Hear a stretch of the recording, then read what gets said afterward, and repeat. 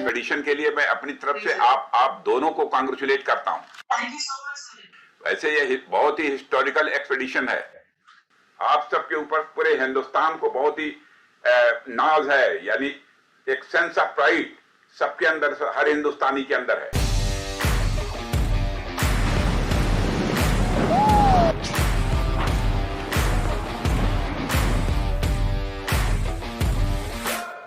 Indian navy की 2 women officers, lieutenant commander रूपा ए और lieutenant commander डिलना के, ने एक हिस्टोरिक सफर पूरा किया है दुनिया के 3 सबसे बड़े ओशंस में।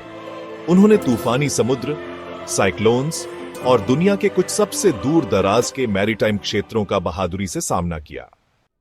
INSV तारिणी ने अपना यह एक्सपीडिशन गोवा से पिछले साल अक्टूबर 2 को शुरू किया था। मिशन का मकसद था पूरी दुनिया का चक्कर लगाना, बिना किसी एक्सटर्नल सपोर्ट के, सिर्फ विंड पावर का इस्तेमाल करके।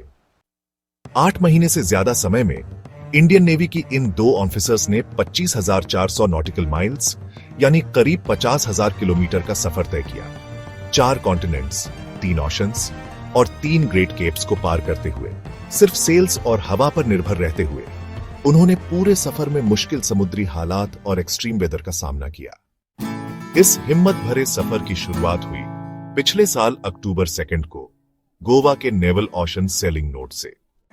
इंडियन नेवी ने कहा, यह एक्सपीडिशन इंडिया के मैरीटाइम प्रयासों का प्रतीक है, जो ग्लोबल मैरीटाइम एक्टिविटीज में हमारे देश की अहमियत और इंडियन नेवी की एक्सीलेंस और नारी शक्ति के प्रति कमिटमेंट को दिखाता है, जिसका मोटो है करेजस हार्ट्स बाउंडलेस सीज, यानी हिम्मत भरे दिल और असीम समंदर।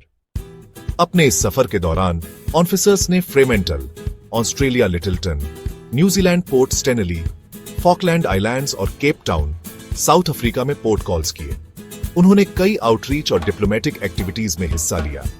दुनिया के अलग अलग हिस्सों में पार्लियामेंटेरियंस, इंडियन कम्युनिटी स्कूल के बच्चों, नेवल ट्रेनीज और यूनिवर्सिटी स्टाफ से मुलाकात की। उनके इन प्रयासों के सम्मान में उन्हें वेस्टर्न ऑस्ट्रेलियन पार्लियामेंट में स्पेशल गेस्ट्स के तौर पर इनवाइट भी किया गया था। नेवी के अनुसार उनकी इस अचीवमेंट को local communities, global selling organisations और इंटरनेशनल लॉमेकर्स से बहुत तारीफ मिली है, और ये विमेन एम्पावरमेंट, मैरीटाइम एक्सीलेंस और नेशनल प्राइड का एक रोशन मीनार है। कैसे नेवी ऑफिसर्स ने तूफानी मौसम और साइक्लोन्स का डटकर मुकाबला किया। अपने सफर के दौरान क्रू ने 50 नॉट्स तक की तेज हवाओं, तूफानी मौसम और जमा देने वाली ठंड का सामना किया। नेवी ने कहा कि यह इंसानी सहन शक्ति, दृढ़ निश्चय और सेलिंग स्किल्स का सबसे बड़ा इम्तिहान था।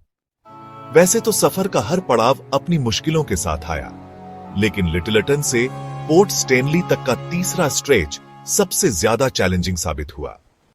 खास बात यह है कि INSV तारिणी, जिसका नाम ओडिशा के तारा तारिणी टेम्पल पर रखा गया है, ने पहले भी 2017-18 में पहली नाविका सागर परिक्रमा पूरी की थी, जब एक ओनल विमेन क्रू दुनिया का चक्कर लगाने वाली पहली इंडियन टीम बनी थी। यह एक्सपीडिशन पहली बार है जब किसी इंडियन विमेन डुओ ने इसे बिना किसी एडिशनल क्रू के कर दिखाया है, नेवी ने कहा। क्रू ने एक्सप्लोरेशन की स्पिरिट को बेहतरीन तरीके से पेश किया, ग्लोबल स्टेज पर अपनी सीफेयरिंग स्किल्स दिखाई। यह एम्पावरमेंट, इनोवेशन और इंडिया की मैरीटाइम विरासत के प्रति कमिटमेंट का सफर रहा है, जो एक रोशन और एम्पावर्ड भविष्य के लिए नए रास्ते बना रहा है।